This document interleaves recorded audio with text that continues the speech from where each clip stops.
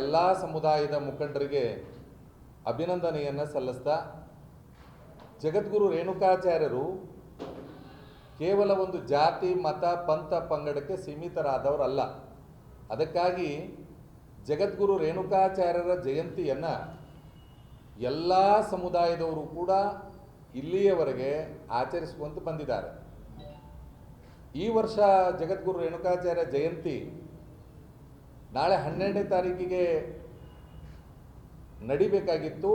ಯಾಕಂದರೆ ರವಿವಾರ ಎಲ್ಲರಿಗೂ ಅನುಕೂಲ ಆಗಲಿ ಅಂದ್ಕೊಂಡು ಕನ್ನಡ ಮತ್ತು ಸಂಸ್ಕೃತಿ ಇಲಾಖೆ ಮತ್ತು ಜಗದ್ಗುರು ರೇಣುಕಾಚಾರ್ಯ ಜಯಂತಿ ಯುಗಮಾನೋತ್ಸವದ ಸಮಿತಿ 16ನೇ ತಾರೀಕಿಗೆ ಈ ಜಗದ್ಗುರು ರೇಣುಕಾಚಾರ್ಯ ಜಯಂತಿ ಕಾರ್ಯಕ್ರಮವನ್ನು ಬೆಳಗಾವಿ ನಗರದಲ್ಲಿ ಏರ್ಪಡಿಸ್ತಾ ಇದ್ದಾರೆ.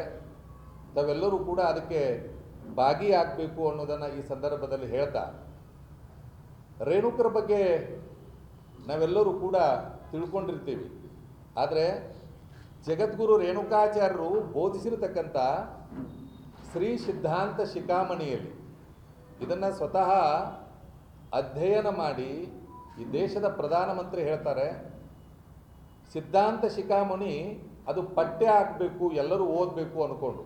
ಅದಕ್ಕಾಗಿ ಈಗಾಗಲೇ ಕರ್ನಾಟಕ ಸಂಸ್ಕೃತ ವಿಶ್ವವಿದ್ಯಾಲಯ, ತಿರುಪತಿಯ ಸಂಸ್ಕೃತ ವಿಶ್ವವಿದ್ಯಾಲಯ ಎಲ್ಲ ಕಡೆಯೂ ಕೂಡ ಸಿದ್ಧಾಂತ ಶಿಖಾಮಣಿ ಅಧ್ಯಯನ ಪೀಠಗಳು ಆರಂಭ ಆಗಿದ್ದಾವೆ.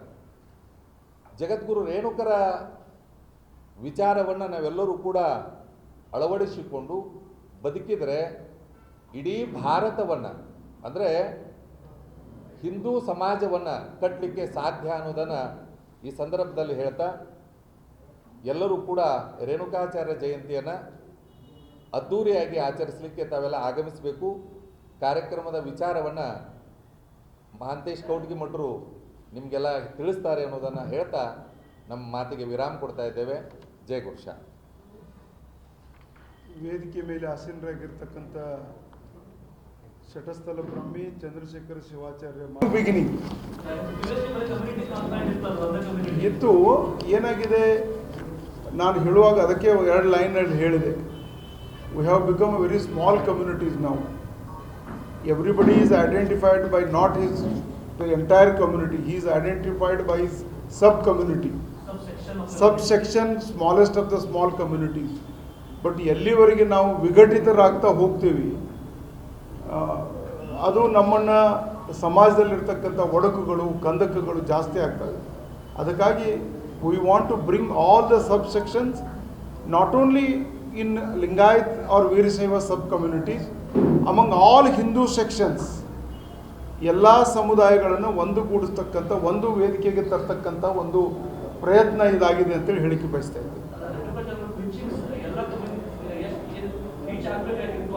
ಆಗಿಲ್ಲ ಇಲ್ಲ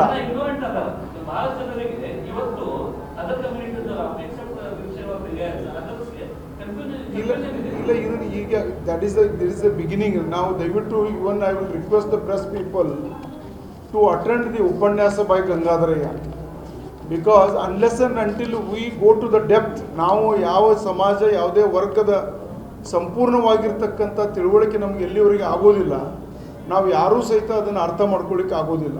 ಈಗ ನಾನು ಅದನ್ನು ವಿಶ್ಲೇಷಣೆಗೆ ಹೋಗಬೇಕಾಗ್ತದೆ. ಒಂದು ವೇಳೆ ಈಗ ನಾನು if I start debate, there are so many issues, there are so many mutts, there are so many Sris, they make such wrong statements some of the times.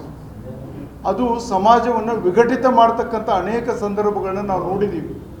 ಇವತ್ತಿನ ದಿನಮಾನಗಳಲ್ಲಿ ಎಲ್ಲಿವರೆಗೆ ಸಮಾಜ ಸಂಘಟಿತವಾಗಿ ಹೋಗೋದಿಲ್ಲ, ನಾವು ಒಂದು ಸಮೃದ್ಧ ಭಾರತವನ್ನು ನೋಡಲಿಕ್ಕೆ ಸಾಧ್ಯ ಇಲ್ಲ.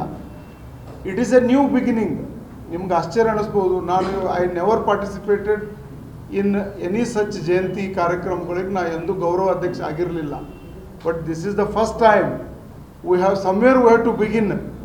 ನಾವು ಭಾಗವಹಿಸಬಾರ್ದು ರಾಜಕಾರಣಿಯಾಗಿ, we should not belong to any subsections ಅಂತಕ್ಕಂಥ ಮಾನಸಿಕತೆ ಇದ್ದರೂ ಸಹಿತ when it comes to Renukacharya Jayanti ಬಂದಾಗ ಮಾನವ ಧರ್ಮಕ್ಕೆ ಜಯವಾಗಲಿ, ವಿಶ್ವದಿಂದಲೇ ಧರ್ಮದಿಂದಲೇ ವಿಶ್ವಕ್ಕೆ ಶಾಂತಿ ಅಂತಕ್ಕಂಥ ಸಂದೇಶವನ್ನು 1000 ವರ್ಷಗಳ ಹಿಂದೆ ಕೊಟ್ಟಿದ್ದಾರೆ. ಇವತ್ತು ವಿಘಟಿತ ಸಮಾಜವನ್ನು ಒಂದುಗೂಡಿಸ್ತಕ್ಕಂಥ ಒಂದು ಪ್ರಾಮಾಣಿಕ ಪ್ರಯತ್ನವನ್ನು ನಾವು ಪ್ರಾರಂಭ ಮಾಡಿದ್ದೀವಿ. It is a new beginning. ನಾನಿದು ಯಶಸ್ವಿ ಆಗಿದೆ ಅಥವಾ ಇದಂತ ನಾ ಹೇಳೋದಿಲ್ಲ, but we have started with a new beginning. ಮತ್ತು ಇದರಲ್ಲಿ ತಮ್ಗೆ ಆಶ್ಚರ್ಯ ಅನಿಸ್ಬೋದು.